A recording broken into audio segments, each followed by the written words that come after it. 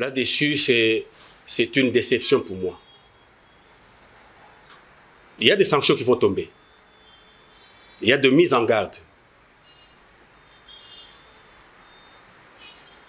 Et j'en appelle au club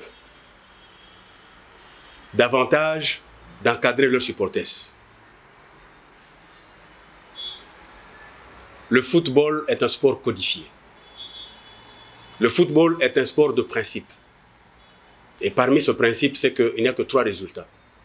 Vous perdez, vous gagnez ou faites match nul.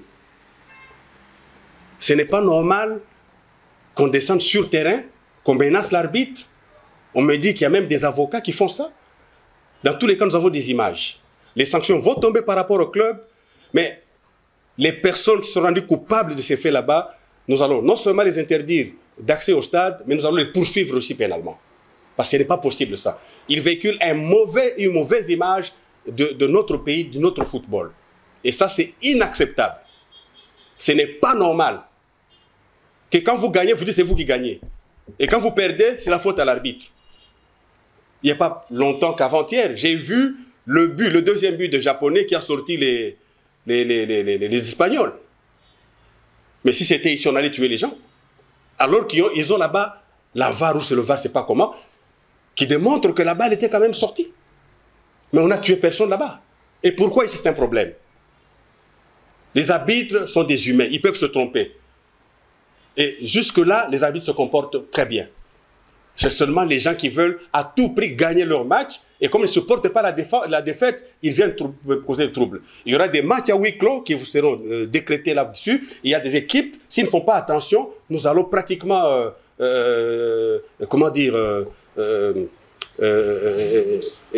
sanctionner très sévèrement. Le football est un jeu d'abord. C'est quoi cette histoire-là? Eux ne font pas des erreurs, il n'y a que les arbitres qui font des erreurs. Et l'arbitre est un homme qui peut aussi faire des erreurs. Les entraîneurs ne font pas des erreurs. Les entraîneurs, je les vois avec leurs déclarations dangereuses. Et ils ne font pas des erreurs. Nous allons sanctionner. Nous allons sanctionner. Nous allons sanctionner. Et ce n'est pas correct. Ce n'est pas normal.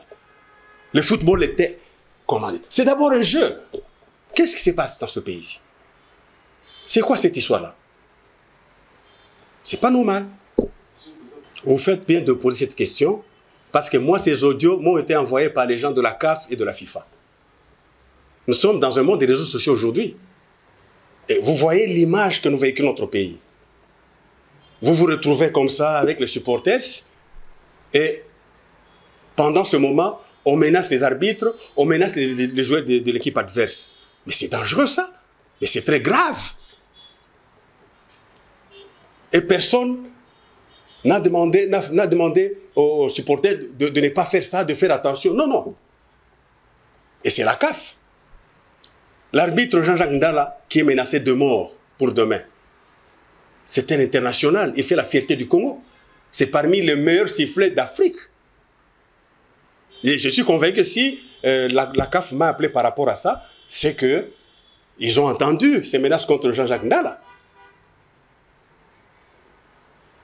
Et c'est grave ça. C'est très grave. Maintenant, parce que nous n'allons pas changer d'arbitre.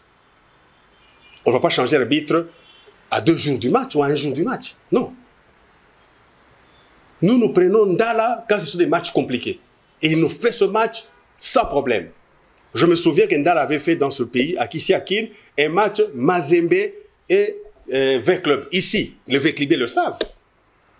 Le match est soldé par un score de parité nul, 0-0. D'où vient qu'aujourd'hui, on va commencer à menacer Ndala? La question que je me pose, quel intérêt V-Club a à avoir à menacer les arbitres aujourd'hui? Il est parmi les premiers de ce championnat. Il n'a jamais perdu de match. Il est en compétition africaine. Qu'est-ce qui vous arrive à vous mettre dans une position délicate de vous-même comme ça? C'est quoi cette histoire-là?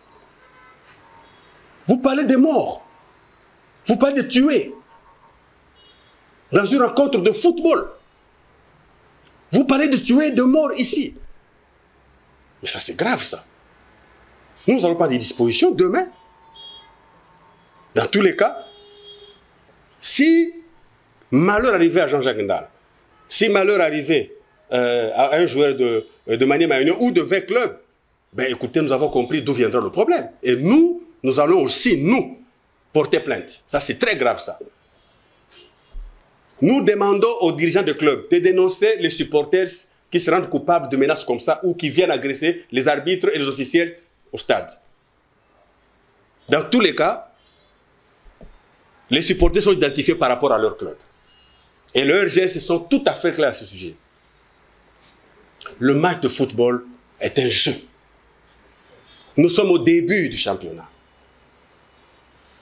Nous n'avons aucun intérêt de demander à un arbitre de faire perdre telle équipe. C'est quoi cette histoire-là? Ça vient de qui? Nous, les meilleurs gagnent sur terrain. Vos imaginations, nous ne sommes pas dedans. Venez jouer au foot. Et je suis convaincu que nous aurons demain droit à un très bon match. Parce que Maniema Union joue bien au foot, V Club joue bien au foot. D'ailleurs, ce sont les seules équipes qui ont 5 victoires et un nul. Personne n'a encore perdu de cette équipe. Mais d'où vient la frousse? C'est quoi cette histoire-là? C'est quoi? Quand on est responsable de club, on a des responsabilités énormes. Il faut faire attention. Le foot, c'est un jeu. Le foot, c'est la convivialité. Le foot, c'est la joie, c'est l'amour, c'est le partage. Comme disent les Anglais, together. Nous devons être ensemble. Ces joueurs là-bas vont se retrouver demain dans une équipe nationale. Les joueurs de Maniema Union pourront se retrouver demain dans V Club. Ceux de V Club peuvent se retrouver demain dans Maniema Union ou dans d'autres clubs. C'est la fête.